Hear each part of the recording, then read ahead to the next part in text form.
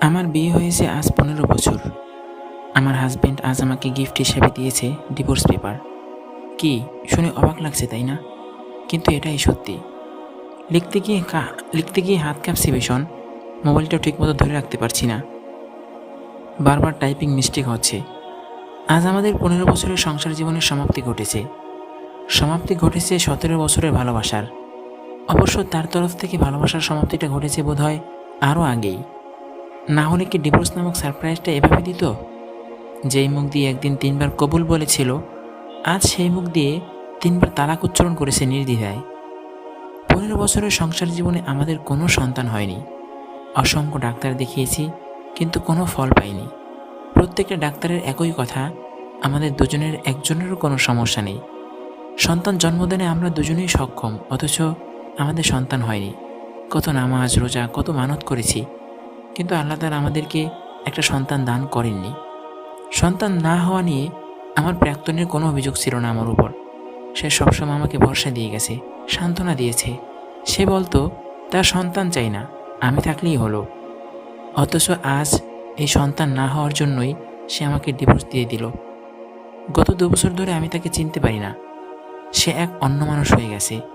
সে এখন আমাকে সহ্যই করতে পারে না। বাড়িতে থাকলেই তার মেজাজ খিটখিটে আর গরম হয়ে থাকে। অকারণে আমাকে গালাগালি করত, মারার জন্য তেড়ে আসতো। কতগুলো দিন পেরিয়ে গেছে, আমি তার বুকে মুখ গুজে ঘুমাইনি, আর কোনো দিন ঘুমাবও না। সব কিছুর সমাপ্তি হয়ে গেছে। 17 বছর আগে কিভাবে যেন তার প্রেমে পড়ে গিয়েছিলাম, মাত্র 15 বছর বয়সে। 2 বছর গভীর প্রেমে হাবুডুবু খাওয়ার পর আমরা পালিয়ে বিয়ে করেছিলাম। পালিয়ে বিয়ে করার কারণ হচ্ছে, বাড়ি থেকে আমার বিয়ে ঠিক করেছিল। তাকে ভালোবেসে তার হাত ধরে ঘর ছেড়ে আমি হারিয়েছি আমার পরিবার। 15 বছর বয়স হয়ে গেছে, 15 বছর হয়ে গেছে আমি আমার বাবা বাড়িতে যাই না। সেখান থেকেও কেউ আসে না। আমার উপর তীব্র রাগ অভিমান জমে আছে কি না। আমার শাশুড়ি আমাকে পছন্দ করতেন না প্রথম থেকেই। আমি ওনার মেয়ে ওঠার চেষ্টা করলেও তিনি আমাকে মেয়ে তো দূরে, ছেলের বউ হিসাবেও মানতে নারাজ। উনি বাড়ির কুকুরটার সঙ্গে ভালো আচরণ করলেও আমার সঙ্গে কোনোদিন করেননি। তিনি আমার সঙ্গে এমন আচরণ করতেন যেন আমি রাস্তার কুকুর। ভালোবাসার মানুষটির জন্য সব কিছু মুখ বুজে মেনে নিয়েছিলাম। শাশুড়ি আর কত বছর থাকবেন? সারা জীবন যার সঙ্গে সংসার করব, সেই মানুষটা তো আমাকে ভালোবাসে। বাচ্চা না হওয়া নিয়ে আমার শাশুড়ি রোজ আমাকে গালাগালি করতেন। পাড়ার মানুষদের কাছে সবসময় বদনাম করতেন। আমার প্রত্যেকটা কাজে ভুল ধরতেন, যত নিখুঁতভাবেই কাজ করি না কেন। আমি রান্না করলে সে পছন্দ করবে না, আমার রান্না নাকি ভালো হয় না। বাবা মাকে তুলে সবসময় গালি দিত। বাবার বাড়ি থেকে কিছু আনিনি সেটা নিয়েও খোঁটা দিত। 15টা বছরে আমার জীবন অতিষ্ঠ বানিয়ে দিয়েছে সে। যাকে ভালোবেসে নিজের ঘর ছাড়লাম, পরিবার ছাড়লাম, আজ সে আমাকেই ছেড়ে দিয়েছে। ভীষণ কষ্ট হচ্ছে। সংসারের প্রতি মায়া জন্মে গেছে। নিজের কত শখ আহ্লাদ বিসর্জন দিয়ে সংসারের জন্য জিনিসপত্র কিনেছিলাম। ভাবতাম আমারই তো থাকবে সারা জীবন। লাস্ট 1 বছর মা ছেলে মিলে আমার জীবনটা জাহান্নাম বানিয়ে দিয়েছিল। তারা হয়তো চাচ্ছিল আমি নিজের থেকেই তাদের বাড়ি ছেড়ে চলে যাই, কিন্তু আমার তো যাওয়ার জায়গা নেই। আর কেনই বা যাব? এখন রাত প্রায় 12টা বেজে গেছে। আমি রাস্তায় বসে আছি। কোথায় যাব কিচ্ছু বুঝতে পারছি না। যাওয়ার জায়গাও তো নেই। পড়াশোনা করা হয়নি, মাত্র এসএসসি পাস। কোনো জবও করতে পারবো না। বেঁচে থাকতে ইচ্ছা করছে না আর। দম বন্ধ হয়ে আসছে আমার। শরীর কাঁপছে থরথর করে। কি করব, কোথায় যাব, কিভাবে বেঁচে থাকবো? গত রাতের পোস্ট এটা। অনুরূপা নিজ হাতে কাঁপতে কাঁপতে পোস্টটা লিখেছিল গত রাতে রাস্তার কিনারে রোড ব্লকের উপরে বসে। গত রাত থেকে পোস্টটা বিভিন্ন পেজে আর গ্রুপে ঘুরে বেড়াচ্ছে। প্রায় প্রত্যেকটা পোস্টের কমেন্ট বক্স চেক করেছে অপরূপা। অনেকে তাকে ভালো ভালো পরামর্শ দিয়েছে, অনেকে আবার বিশ্রী কিছু কথাও লিখেছে। একটা কমেন্ট এমন, লাঙ্গের হাত ধরে বাবা বাড়ি ছাড়ছোস। এখন যেহেতু লাঙ্গি বাড়ি থেকে বের করে দিছে, যাওয়ারই নাকি কোনো জায়গা নেই, তাহলে পতিতাবৃত্তি করতে চলে যা। 2 বেলা ভালো মন্দ খাইতে পারবি। তোদের মতো মেয়ে লোকের সঙ্গে এমনই হওয়া উচিত। একদম ঠিক হয়েছে। ভালো ভালো কমেন্টগুলো তেমন একটা প্রভাব ফেলতে পারেনি অপরূপার উপর। প্রভাব ফেলেছে বাজে কমেন্টগুলোই। দগ্ধ হৃদয়ে আরও বেশি দাউ দাউ করে আগুন জ্বলে উঠেছে। ভয়ঙ্কর এক সিদ্ধান্ত নিল অপরূপা। রোড ব্লকের উপর হাতের ফোনটা রেখে সোজা হয়ে দাঁড়ালো। ব্লকের পাশেই তার কাপড়ের ব্যাগটা অবহেলায় পড়ে আছে। গত রাত থেকে এখানেই বসেছিল অপরূপা। তার সামনে দিয়ে কত গাড়ি গেল এলো। অনেকেই জিজ্ঞাসা করছে সে কোথায় যাবে। দূরের রাস্তায় তাকিয়ে রইল অপরূপা। একটা ট্রাক ছুটে আসছে দ্রুত গতিতে। কোনো মেয়ের জীবন তার মতো না হোক। চোখে ভাসছে বাবার চেহারা, কানে বাজছে তার বলা শেষ কথাগুলো। আজ যদি প্রেমিকের হাত ধরে বাবা বাড়ি থেকে না পালাতে তাহলে আজ যদি প্রেমিকার হাত ধরে বাবা বাড়ি থেকে না পালাতো তাহলে বাবার বাড়িতে গিয়ে উঠতে পারতো। এখন কোন মুখে গিয়ে সেই বাড়িতে উঠবে? অপরূপা চোখ বন্ধ করে লম্বা শ্বাস টেনে নিল। তারপর পা বাড়িয়ে এসে দাঁড়ালো রাস্তার উপর। ট্রাক গর্জন তুলে এগিয়ে আসছে। অপরূপার চোখ জোড়া বন্ধ। তার কানে কোনো আওয়াজ পৌঁছাচ্ছে না এই মুহূর্তে। ট্রাক ধাক্কা দিবে সেই মুহূর্তে একজোড়া হাত অপরূপাকে টেনে সরিয়ে নিল রাস্তার উপর থেকে। অপরূপা সহ হাত জোড়ার মালিক রাস্তা আছড়ে পড়ল টাল সামলাতে না পেরে। অপরূপা মুখ তুলে তাকালো পাশে পড়ে থাকা মানুষটার দিকে। তার বাবা। হ্যাঁ, মানুষটা তারই বাবা। অপরূপা পলকহীন তাকিয়ে রইল বাবার মুখের দিকে। তার বাবার চুলদাড়ি পেকে গেছে, চামড়ায় ভাঁজ পড়তে শুরু করেছে, চেহারায় আতঙ্ক স্পষ্ট। চোখ ভেঙে কান্না এলো অপরূপার। তার বাবা রুহুল আমিন প্রামাণিক দ্রুত উঠে দাঁড়িয়ে তাকে টেনে তোলার চেষ্টা করছে। আতঙ্কিত গলায় বললেন, এইসব কি করতে চাচ্ছিলি অপরূপা? বাবার মুখে সেই চেরুচেনা ডাকটা শুনে ঢুকরে কেঁদে উঠল অপরূপা। বাবার পাজোড়া জড়িয়ে ধরে হাউমাউ করে কাঁদতে লাগলো। কাঁদতে কাঁদতে বলল, আব্বা, আব্বা আমারে মাফ করে দাও আব্বা। আমি অনেক বড় ভুল করেছি আব্বা। আমি তোমার অবাধ্য হইয়া তোমার অনেক কষ্ট দিয়েছি, মানুষের সামনে ছোট করছি। আমারে মাফ করে দাও আব্বা। ওটা এখান থেকে, বাড়িতে চল। অপরূপা কাঁদতে কাঁদতে বাবার মুখের দিকে তাকালো। রুহুল আমিন প্রামাণিক মেয়েকে টেনে তুললেন নিচ থেকে। ইতিমধ্যে রাস্তায় জ্যাম হয়ে গেছে। এক হাতে মেয়ের হাত ধরে রেখে অন্য হাতে ফোন আর কাপড়ের ব্যাগ নিলেন।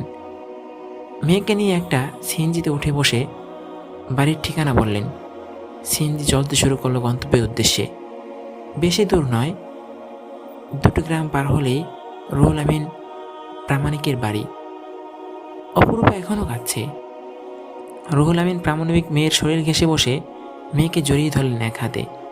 অপরূপা বাবার কাঁধে মাথা রেখে আরও বেশি কান্নায় ভেঙে পড়ল। মেয়ের এমন কান্নায় রুহুল আমিন প্রামাণিকের কঠিন হৃদয় গলে চোখে অশ্রু জমেছে। বাড়ির সামনে এসে দাঁড়ালো সিএনজি। অপরূপা সিএনজির ভিতরে বসেই তাকায় বাড়ির গেটের দিকে। রুহুল আমিন প্রামাণিক সিএনজি থেকে নেমে ভাড়া পরিশোধ করলেন। তারপর ভেতর থেকে কাপড়ের ব্যাগটা বের করে হাত বাড়ালেন মেয়ের দিকে। অপূর্বা চোখের পানি মুছে হেসকি তুলতে তুলতে বাবার হাতটা শক্ত করে ধরে ভিতর থেকে বেরিয়ে এলো। রুহুল আমিন প্রামাণিক মেয়ের হাত ধরে আগে আগে পা বাড়ালেন গেটের দিকে। অপূর্বা চোখের পানি ফেলতে ফেলতে বাবার পেছন পেছন হাঁটছে। আজ খুব ভালো করে বুঝতে পারছে জীবনে কত বড় ভুল সিদ্ধান্ত নিয়েছিল। উঠানে এসে দাঁড়াতেই 3-4 বছরের একটা বাচ্চা মেয়ে দাদাকে দৌড়ে এগিয়ে এসে রুহুল আমিন প্রামাণিকের 2 পা জড়িয়ে ধরল। অপূর্বা ঝাপসা চোখে তাকালো বাচ্চাটার দিকে। রুহুল আমিন প্রামাণিক মেয়ের হাত ছেড়ে নাতনিকে কোলে তুলে নিলেন। অপূর্বা চোখ মুছে বাচ্চাটার দিক থেকে চোখ সরিয়ে সামনে তাকাতে দেখতে পেল নিজের মা জননীকে। তিনি ভূত দেখার মতো করে তাকিয়ে আছেন অপূর্বার দিকে। অপূর্বা মুখ ভরে ডেকে উঠল, মা। অপূর্বার মা সুফিয়া বেগম বরফের মতো জমিয়ে দাঁড়িয়ে রইলেন এক জায়গায়। তার চোখ জোড়া পানিতে টয়টম্বর হয়ে উঠেছে। এতগুলো বছর পর আদরের মেয়েকে চোখের সামনে দেখে বাক্যহারা হয়ে গেছেন। অপূর্বা দৌড়ে মায়ের কাছে এগিয়ে এসে মাকে জাপটে ধরে হাউমাউ করে কেঁদে উঠল। আবার মেয়ে জড়িয়ে ধরার যেন বাস্তব জগতে ফিরে এলেন সুফিয়া বেগম। নিজেও মেয়েকে জড়িয়ে ধরে হাউমাউ করে কেঁদে উঠলেন। কাঁদতে কাঁদতে দুজনেই বসে পড়ল উঠোনে। দুজনে কান্না শুনে বাড়ির ভিতর থেকে হন্তদন্ত হয়ে ছুটে এলো অপূর্বার বড় ভাই অপূর্ব প্রামাণিক। মা কাউকে জড়িয়ে ধরে হাউমাউ করে কাঁদছে দেখে দ্রুত পায়ে এসে দাঁড়ালো তার পাশে। বাবাকে দাঁড়িয়ে থাকতে দেখে তার দিকে তাকিয়ে বলল, আব্বা, কে উনি? মা এনাকে ধরে এভাবে কাঁদছে কেন? রুহুল আমিন প্রামাণিক কিছু বললেন না। অপূর্ব মায়ের দিকে তাকিয়ে ব্যস্ত কণ্ঠে বলল, মা, কি হয়েছে? কাঁদছো কেন এইভাবে? অপরূপা মাকে ছেড়ে মুখ তুলে বড় ভাইয়ের মুখের দিকে তাকালো। অপরূপাকে দেখে ভীষণ চমকে উঠল অপূর্ব। তার চোখজোড়া অনেক বড় বড় হয়ে গেছে। অবিশ্বাস্য চোখে তাকালো বাবার দিকে। তিনি এখনো আগের মতোই দাঁড়িয়ে আছেন শান্তভাবে। ঘাড় ঘুরিয়ে আবার তাকালো বোনের দিকে। অস্পষ্ট স্বরে মুখ দিয়ে বেরিয়ে এলো, রূপা, তুই? অপরূপা মাকে ছেড়ে ভাইয়ের দুই পা জড়িয়ে ধরে কাঁদতে কাঁদতে বলল, ভাইয়া, ভাইয়া, আমি অনেক বড় ভুল করে ফেলেছি, আমারে মাফ করে দাও ভাইয়া, তোমরা ছাড়া আমার কেউ নেই ভাইয়া। অপূর্ব পাথরের মূর্তির মতো দাঁড়িয়ে রইল। তার শ্বাসও যেন বন্ধ হয়েছে এখন। অপরূপা তার পা দুটো জড়িয়ে ধরে কাঁদতে কাঁদতে একই কথা বলছে বারবার।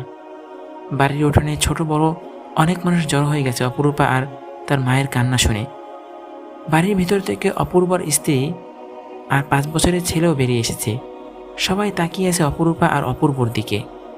অপূর্ব চল শক্ত করে অপরূপার কাছ থেকে নিজেকে ছাড়িয়ে নিয়ে ধূপধাপ পা ফেলে চলে গেলেন বাড়ির ভিতর। অপরূপা মাটিতে বসে কেঁদে চলেছে আগের মতোই। অপূর্ব তার সঙ্গে একটা কথাও বলেনি। এই ভাই তাকে কত ভালোবাসত। বলা যায় ভাইয়ের কলিজা ছিল অপরূপা। আজ এতগুলো বছর পর দেখা হলেও একটা কথা বলল না তার সঙ্গে। ভাই যে এখনও তার উপর ভীষণ রেগে আছে সেটা খুব ভালো করে বুঝতে পারছে অপরূপা। শুধু অপরূপা নয়, বাড়িতে উপস্থিত থাকা সকলেই বুঝতে পেরেছে। অপরূপা বাড়ির মেইন দরজার দিকে তাকিয়ে কাঁদতে কাঁদতে গলা ছেড়ে বলল, ভাইয়া, মাফ করবা না আমারে? আমি ভুল করেছিলাম ভাইয়া, অন্যায় করেছি আমি। তোমাকে কষ্ট দিয়ে আমি ভালো নাই ভাইয়া, পাপ করছি, পাপের শাস্তিও পাইতেছি। তোমরা আমারে মাফ না করলে আমার মরা ছাড়া কোনো রাস্তা থাকবো না। তোমরা ছাড়া আমার যাওয়ার কোনো জায়গা নাই, আমার মাফ করো তোমরা। অপরূপার ছোট কাকি এগিয়ে এসে অপরূপাকে ধরলেন। অপরূপা কাকিকে জড়িয়ে ধরে হাউমা করে কাঁদতে লাগলো। রুহুল আমিন প্রামাণিক নাতনিকে নামিয়ে দিলেন কোল থেকে। এগিয়ে এসে মেয়ের হাত ধরে গম্ভীর গলায় বললেন, অপরূপা, ভেতরে চল। কাকিকে ছেড়ে উঠে দাঁড়ালো অপরূপা। বাবার সঙ্গে পা বাড়ালো বাড়ির ভিতরের দিকে। বাড়িটা একতলা বিল্ডিং, অনেক আগের তৈরি এই বাড়িটা। অপরূপা ছোট ছিল তখন তৈরি হয়েছে এই বাড়ি। সুফিয়া বেগম মাটি থেকে উঠে স্বামী সন্তানের পিছন পিছন ছুটলেন বাড়ির ভিতরের দিকে। অপূর্বর স্ত্রী মালিহা মেয়েকে কোলে নিয়ে ছেলের হাত ধরে বাড়ির ভিতরের দিকে গেল। অপরূপার কাকি সহ আরও অনেকে বাড়ির ভিতরে প্রবেশ করছে কৌতূহলী হয়ে। এতগুলো বছর পর অপরূপা কেন ফিরে এলো আর এমন কথা বলছে কেন? এসব জানার আগ্রহ সকলের মধ্যেই প্রবল। অনেকেই ঠায় দাঁড়িয়ে রইল আগের মতোই। রুহুল আমিন প্রামাণিক মেয়েকে নিয়ে সোজা নিজের রুমে চলে গেলেন। সুফিয়া বেগম নিজেও প্রবেশ করলেন রুমে। এগিয়ে এসে জড়িয়ে ধরলেন মেয়েকে। ঠেসে ঠেসে মেয়ের মাথায় চুমু খেলেন অনেকগুলো। মেয়ের এলোমেলো চুলে হাত বোলাতে বোলাতে কান্না জড়ানো গলায় বললেন, মা, আমার সোনা, কেমন আছিস তুই? অপরূপা কথা বলতে পারল না। আরও বেশি কান্না ভেঙে পড়ল মায়ের আদুরি কথা শুনে। 17 বছর বয়সে নিজের বাড়ি, নিজের পরিবার ছেড়েছিল। আজ 32 বছর বয়সে নিজের বাড়ি, নিজের পরিবারের কাছে ফিরে এলো সেই বাড়িতে, সেই পরিবারের কাছে, যেই পরিবার আর বাড়ির মায়া ত্যাগ করে অন্য একজনের মায়া জড়িয়ে তার হাত ধরে ছেড়ে গিয়েছিল এসব কিছু। রুমের দরজার সামনে এসে দাঁড়িয়েছে মালিহা। মেয়েটা এখনও তার কোলেই। তার পিছনেই দাঁড়িয়ে আছে বাকি সবাই। অপূর্ব বোধহয় নিজের রুমে গিয়ে বসে আছে। রুহুল আমিন প্রামাণিক প্রতিবেশীদের উদ্দেশ্য করে গম্ভীর করে বললেন, আপনারা সবাই আসুন, এখানে যাত্রাপালা হচ্ছে না। ওনার কথা শুনে সবাই সরে গেল দরজার সামনে থেকে। মালিহা সরে যেতে নিতেই রুহুল আমিন প্রামাণিক বললেন, মালিহা, ভেতরে আসো। মালিহা মেয়েকে কোলে নিয়ে ভেতরে প্রবেশ করল। সে আজকের আগে কোনোদিন সামনে থেকে দেখেনি অপরূপাকে। অপরূপার বিয়ের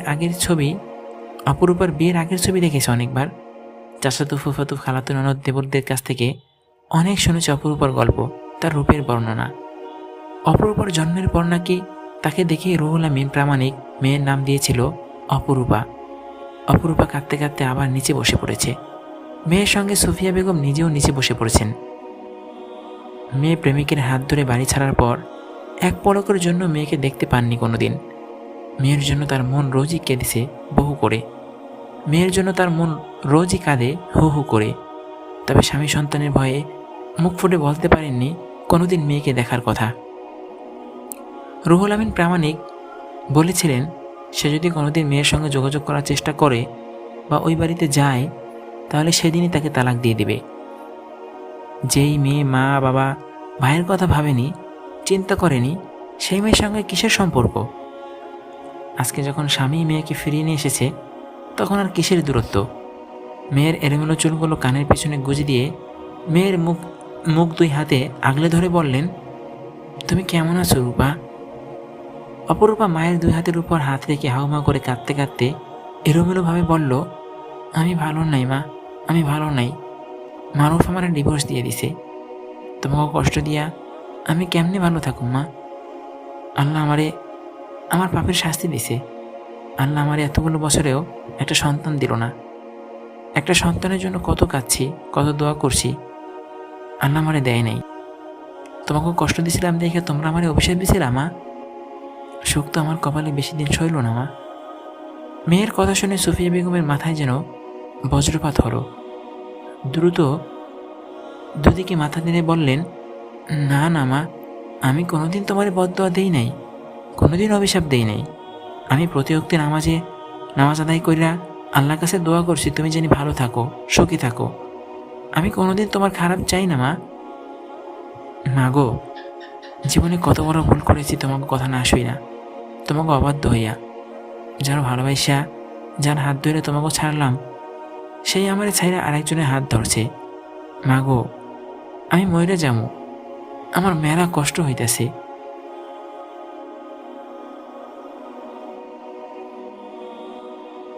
মালিহা মেয়েকে কোলে নিয়ে নিজেদের রুমে ফিরে এলো।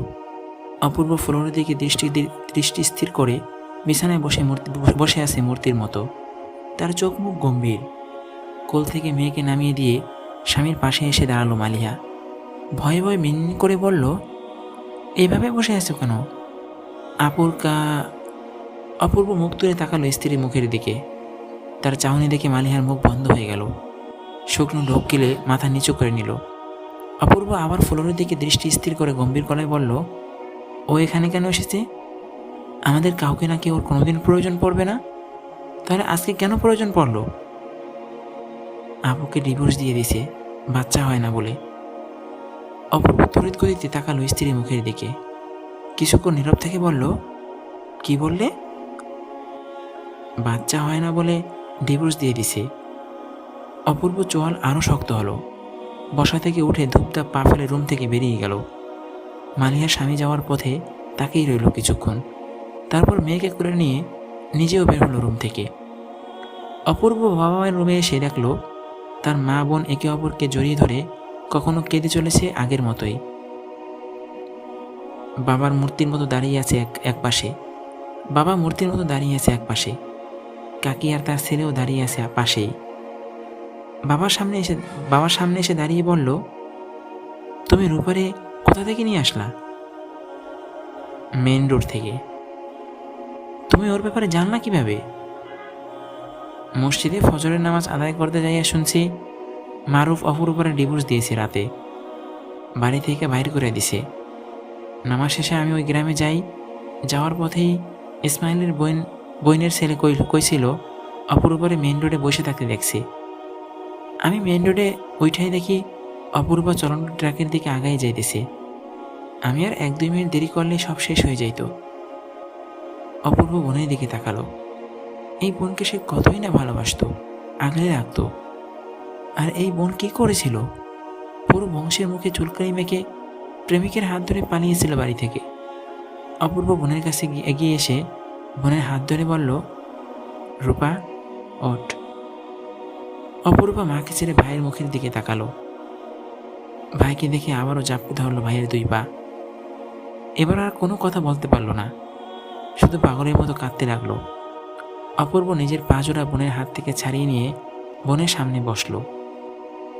2 হাতে বোনের মুখ আগলে ধরে পলকহীন তাকিয়ে রইল কিছুক্ষণ। কতগুলো বছর বোনকে দেখিনি, সামনে থেকে ছুতে পারিনি। তখন অভিমানে বোনের দিক থেকে মুখ ফিরিয়ে নিয়ে চলে এসেছিল বাড়ির ভিতর। অপূর্বা দুই হাতে ভাইয়ের গলা জড়িয়ে ধরে হাউমাউ করে কাঁদতে লাগলো। এবার আর সংসার ভাঙার কষ্টে কাঁদছে না, কাঁদছে এতগুলো বছর পর নিজের পরিবার, আপন মানুষগুলোকে কাছে পেয়ে, ছুঁতে পেরে। তার অন্তর কত কেঁদেছে নিজের পরিবারের জন্য, কিন্তু সাহস করে আসতে পারেনি। যোগাযোগ করার চেষ্টা করেছিল, কিন্তু সফল হয়নি। সে তো গত রাতেও ভাবেনি তার পরিবার তাকে এভাবে আগলে নেবে। আবার ভেবেছিল তো বরাবরের মতো মুখ ফিরিয়ে রাখবে তার দিক থেকে। অপূর্ব বোনের এলোমেলো চুল হাতে বুলিয়ে দিতে দিতে অপূর্ব বোনের এলোমেলো চুলে হাত বুলিয়ে দিতে দিতে চুমু খেলো মাথায়।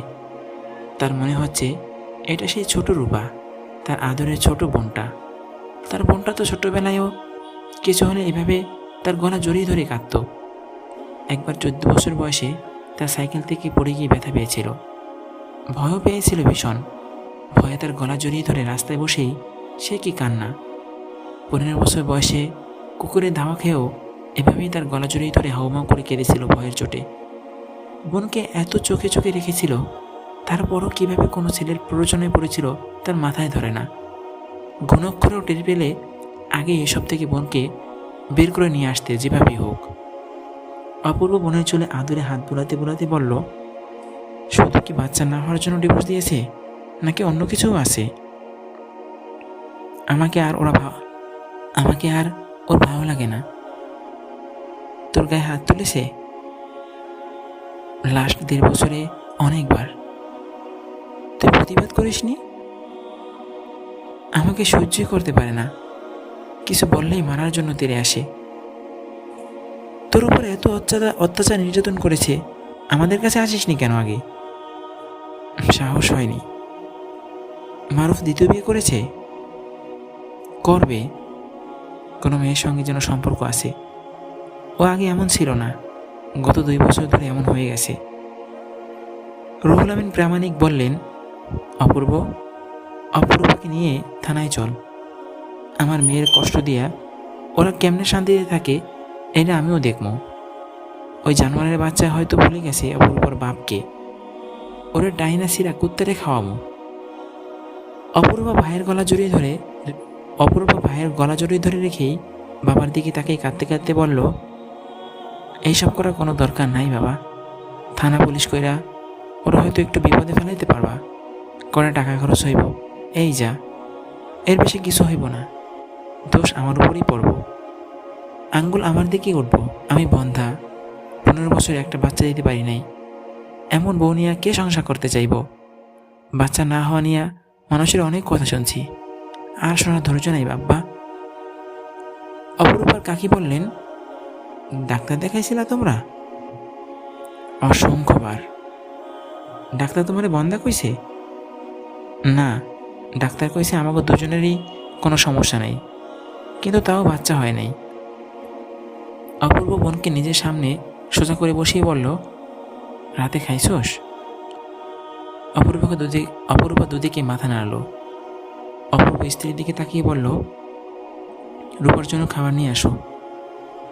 মানিয়া মেয়েকে বিছানায় বসিয়ে দিয়ে রুম থেকে বেরিয়ে গেল। অপূর্ব বোনকে নিয়ে উঠে দাঁড়িয়ে বিছানায় বসালো। মেয়েকে বোনের কোলে দিয়ে বলল, আমার মেয়ে তাজরিন তোফা। অপূর্বা তাজরিনকে জড়িয়ে ধরে আদর করল, বুকে চেপে ধরে বসে রইল চুপচাপ। তাজরিনও বাধ্য মেয়ের মতো বসে রইল চুপচাপ। ফুফির বুকের ধরফর আওয়াজ স্পষ্ট শুনতে পাচ্ছে। মানিয়া প্লেট ভরে খাবার নিয়ে এলো। অপূর্ব হাত ধুয়ে নিজ হাতে খাওয়াতে শুরু করলো বোনকে। খেতে খেতে বারংবার ফুফিয়ে উঠছে অপূর্বা। রুহুল আমিন প্রামাণিক রুম থেকে বেরিয়ে গেলেন। সুফিয়া বেগম মেয়ের পাশে বসে মেয়েকে আদর করছেন আর কাঁদছেন। এখন মাঝরাত। রুহুল আমিন প্রামাণিক মেয়ের কোনো কথা শোনেননি। মেয়েকে জোর করে থানায় নিয়ে গিয়ে মারুফুর নামে মামলা করে এসেছেন। অপূর্বা আজ মায়ের সঙ্গে শুয়েছে। রুহুল আমিন প্রামাণিক পাশের রুমে রয়েছেন। সুফিয়া বেগম ঘুমিয়ে রয়েছেন। অপূর্বাও ঘুমিয়েছিল এতক্ষণ। একটু আগেই তার ঘুম ভেঙে গেছে। ঘুম ভাঙার পর থেকে একফু পাচ্ছে। মায়ের ঘুম ভেঙে যাবে ভেবে বিছানা ছেড়ে বারান্দায় চলে এলো। সারাদিন পরিবারের সকলের সঙ্গে থাকায় খুব বেশি মনে পড়েনি মারুফকে, কিন্তু এখন ভীষণ মনে পড়ছে আর কান্না পাচ্ছে। তারা ভরা আকাশের দিকে তাকিয়ে ঝরঝর করে কেঁদে ফেলল। কাঁদতে কাঁদতে বসে পড়ল ফ্লোরে। আল্লাহর কাছে অভিযোগ করতে লাগলো তাকে একটা সন্তান না দেওয়ার জন্য, তার কপাল থেকে স্বামী সংসার কেড়ে নেওয়ার জন্য। মেয়ের কান্না শুনে পাশের রুম থেকে বেরিয়ে এলেন রুহুল আমিন প্রামাণিক। তিনি জেগেই ছিলেন। মেয়ের কষ্টে তার ঘুম আসছিল না দুই চোখে। মেয়ের উপর রাগে ক্ষোভে অভিমানে মুখ ফিরিয়েছিলেন এতগুলো বছর। ভীষণ জেদ চেপেছিল মেয়ের উপর। মেয়ে ভরা আসরে বলেছিল তার পরিবার লাগবে না, মারুফকেই লাগবে। ধীরু পায়ে মেয়ের পাশে এসে দাঁড়িয়ে কাঁধে হাত রাখলেন। অপরূপা ঘাড় ঘুরিয়ে তাকালো পেছনে। বাবাকে দেখে তার কান্না আরও বেড়ে গেল। রুহুল আমিন প্রামাণিকের চোখ থেকেও পানি গড়িয়ে পড়তে লাগলো। মেয়ের পাশে বসে মেয়েকে আগলে নিলেন বাহুবন্ধনে। মেয়েকে কি বলে সান্ত্বনা দিবেন বুঝতে পারছেন না। সান্ত্বনা দেওয়ার ভাষাও তার জানা নেই। তিনি তো কখনো চাননি তার মেয়ে অসুখে থাকুক। তিনি সবসময় চেয়েছেন মেয়ে ভালো থাকুক, সুখে থাকুক। আল্লাহ কেন তার মেয়ের সঙ্গে এমন করলেন? বিষণ্ণ হয়ে ছাদের উপর বসে আছে অপরূপা। সূর্য পশ্চিম আকাশে ঢলে পড়েছে। আকাশটা নিমায় ছেয়ে গেছে। অপরূপার চোখ জোড়া পানিতে টইটম্বর হয়ে রয়েছে। বাবার বাড়িতে এসেছে আজ 15 দিন। এই 15 দিনে এমন একটা রাত কাটেনি, দিন কাটেনি যেদিন অপরূপা চোখের পানি ফেলেনি। তার পরিবার তাকে যথেষ্ট সাপোর্ট দিচ্ছে স্বাভাবিক হওয়ার জন্য। তার করা পূর্বের কাজের জন্য বাড়ির কেউ কিচ্ছু বলেনি। গতকালই তারা কোর্টে গিয়েছিল। মারুফের সঙ্গে দেখা হয়েছিল সামনাসামনি। মালিহা এলো ছাদে কাপড় চোপড় তোলার জন্য। অপরূপাকে বসে থাকতে দেখে কিছুক্ষণ তাকিয়ে এলো তার দিকে। অপরূপাকে দেখে তার ভীষণ মায়া হয়। সারাক্ষণ বিষণ্ণ হয়ে থাকে। কিছুক্ষণ পরপর কেঁদে ওঠে হুটহাট। ধীরুপায় কাছে এগিয়ে এলো। অপরূপা তার দিকে তাকিয়ে মাথা নিচু করে চোখের পানি মুছে এলো দ্রুত। আপু, এভাবে একা একা থাকলে তো বেশি মন খারাপ হবে, নিচে চলুন। অপরূপা নিচের দিকে তাকিয়ে থেকেই ধরা গলায় বলল, কিছু ভালো লাগছে না ভাবি। আমি এখনো মানতে পারছি না সে আর আমার নেই। সে তো এমন ছিল না আগে। অনেক ভালো একজন মানুষ ছিল। আমাকে অনেক ভালোবাসতো। সবসময় বলতো বাচ্চা লাগবে না, তুমি আমার কাছে থাকলেই হলো, আমি বাচ্চা চাই না। সে কেন এভাবে বদলে গেল আমি তাকে বলতে পারছি না। বেহা এমন বারবার তাকেই চাইছে। আমি কিভাবে তাকে ভুলবো? মনকে কিভাবে বুঝাবো? যত দিন যাচ্ছে তাকে আরও বেশি মনে পড়ছে।